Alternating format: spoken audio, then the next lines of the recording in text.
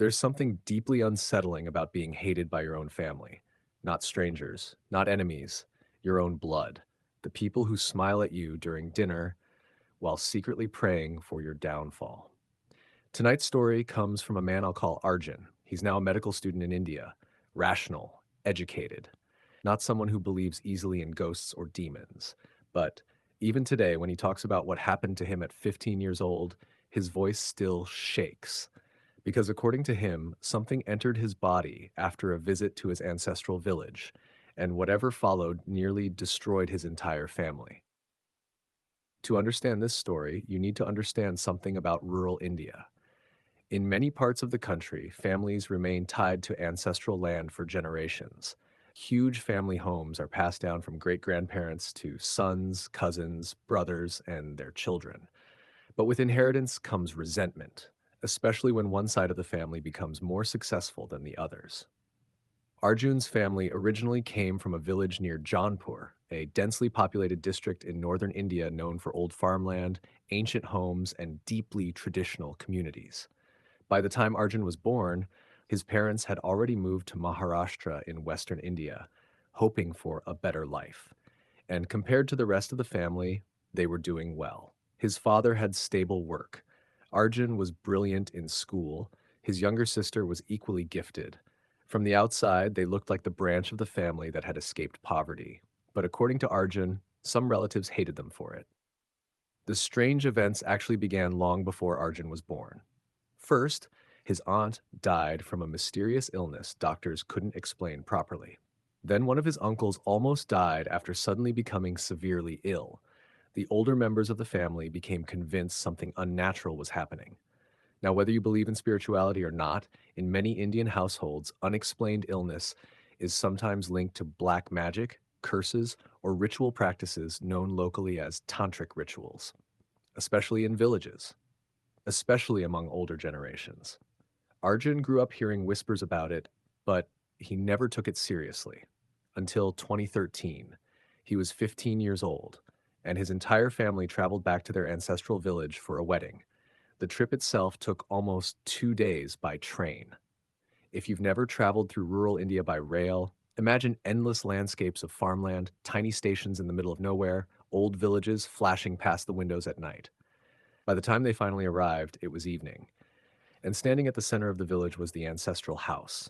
Huge, old, cracked walls, faded paint, generations of memories trapped inside it. Relatives welcomed them warmly, too warmly. Arjun said something about the place immediately felt wrong. Not haunted, just tense. Like everyone was pretending. That first night, his grandmother quietly pulled him aside and told him something that made no sense at the time. She said, "Be respectful to everyone, but don't eat food if certain relatives offer it to you personally." Arjun laughed. He thought she was being dramatic. He had no idea that warning would haunt him for the rest of his life. The next afternoon, one of his older relatives offered to take him into town on a motorcycle to buy supplies for the wedding. It seemed harmless. They drove through crowded village roads, bought groceries, sweets, and eventually stopped at a fruit stand. The relative bought a large watermelon. Nothing unusual, nothing suspicious. Hours later, back at the ancestral home, the watermelon was sliced and served in the courtyard where the family sat together eating and talking. Arjun remembers carrying the tray outside. Everyone was smiling, talking normally. Then the older relative stopped him, picked up a slice, handed it directly to him, and said, "No, eat this one." Arjun remembers something strange happening at that exact moment. The conversation around him seemed to pause, just for a second, as if everyone suddenly became uncomfortable, but nobody said anything, so he ate it. 2 days later, his family boarded the train back to Maharashtra. That's when the pain started. At first, it felt like a mild stomach ache, nothing serious, but as the train moved farther away from the village, the pain got worse and worse. By the time they reached home, he could barely stand. Doctors assumed it was an infection. Food poisoning, maybe. They prescribed medicine. But the pain never fully disappeared. Weeks passed, then months. Some days he felt normal. Other days he doubled over in agony. No scans explained it. No treatment fixed it. And then the nightmares began. At first, it was subtle. Arjun would wake up in the middle of the night feeling like someone was standing beside his bed. Sometimes he heard whispers, sometimes footsteps. He started seeing dark figures in corners of rooms, not clearly, just enough to make him question his own sanity. His family assumed the stress and illness were affecting his mind, until the hospital incident. One morning at school, the pain became unbearable. He collapsed during class. Teachers panicked. His grandfather rushed him to the hospital on a motorcycle. Arjun remembers almost nothing after arriving there. Doctors gave him medication. Then suddenly, his pulse disappeared. Machines started beeping. Nurses began shouting. According to his family, doctors had to shock his heart to bring him back. He remained unconscious for nearly 2 days. When he finally woke up, his mother was crying beside the bed. Doctors blamed a severe allergic reaction, but after returning home, things became impossible to explain. He started hearing voices clearly now. Not whispers, voices, sometimes calling his name, sometimes speaking in words he couldn't understand. And there was one terrifying feeling he described over and over again. It felt like something was walking behind me all the time.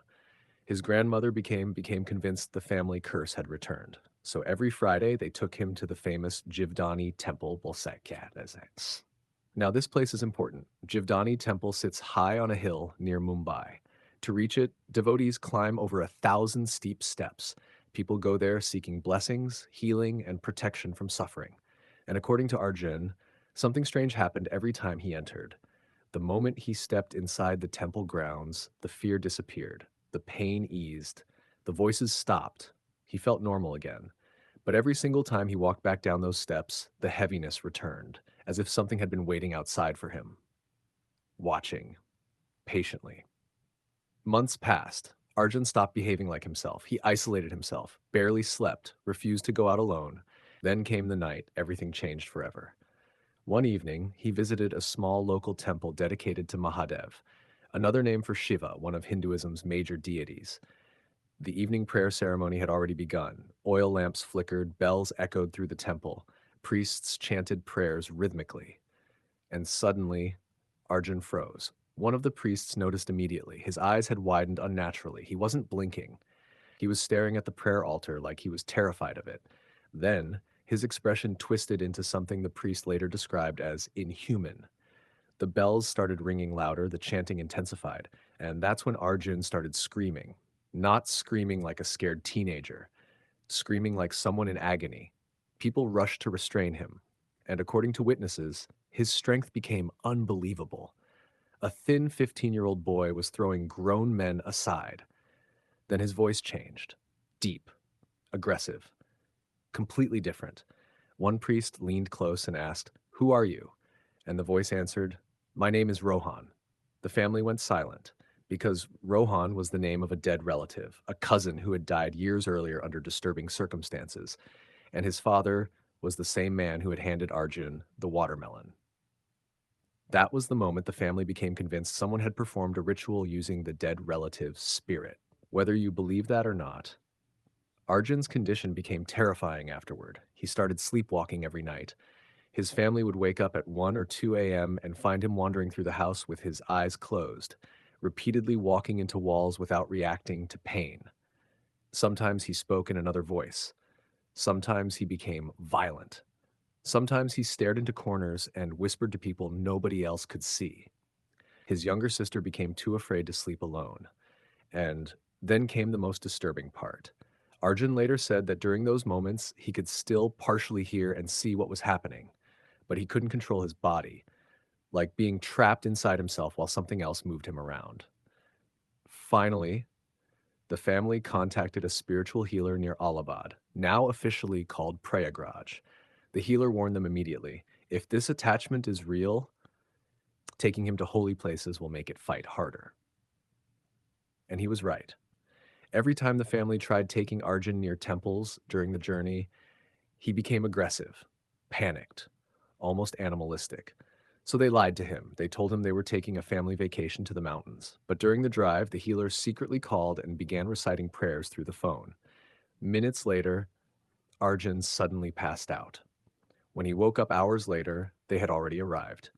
And according to him, the moment he stepped out of the car, he physically could not enter the healer's house. He described it like hitting an invisible wall. Inside the house were shrines dedicated to Hanuman, a deity many Hindus believe protects people from evil entities and dark spiritual forces. The healer looked at Arjun and said, "It knows why you're here." That night, the healer took them toward the Maihar temple deep in central India. The drive took hours through isolated highways and dark forests. Around midnight, they stopped at a guest house. Everyone tried sleeping, but sometime after 12 a.m., Arjun woke up and slowly walked toward the front gate. The healer followed him carefully. Arjun was staring into the darkness outside. Then he pointed and whispered, "It's standing there." The healer asked, "What does it want?" Arjun answered, "It wants me to remove the protection. And then it says it will kill everyone here." The healer made a terrifying decision. He temporarily removed the protective amulet they had placed on Arjun earlier, and according to everyone present, the moment it came off, Arjun collapsed violently onto the ground. His body twisted unnaturally. People screamed. The ritual began immediately. For hours, prayers echoed through the night. Arjun screamed so loudly his own family later said they barely recognized his voice. Then suddenly, he began vomiting, and mixed in the vomit were pieces of watermelon he had eaten almost a year earlier. Moments later, a black clump-like mass reportedly emerged from his hair during the ritual. Nobody there could explain it. The ceremony continued until nearly 3 a.m., and then everything stopped. Silence. Complete silence. The next morning, Arjun woke up feeling normal. No voices, no heaviness, no fear, nothing. For the first time in nearly a year, he felt free. The family immediately cut ties with those relatives and never returned to the ancestral village again. Today, Arjun is studying medicine. Ironically, a man training in science, still unable to explain scientifically what happened to him. But the thing that disturbed him most wasn't the voices, or the rituals, or even the entity. It was this. He believes the people responsible were his own family, and somewhere in that abandoned ancestral house near Jaunpur, the hatred that started all of it may still be waiting for someone else to come home.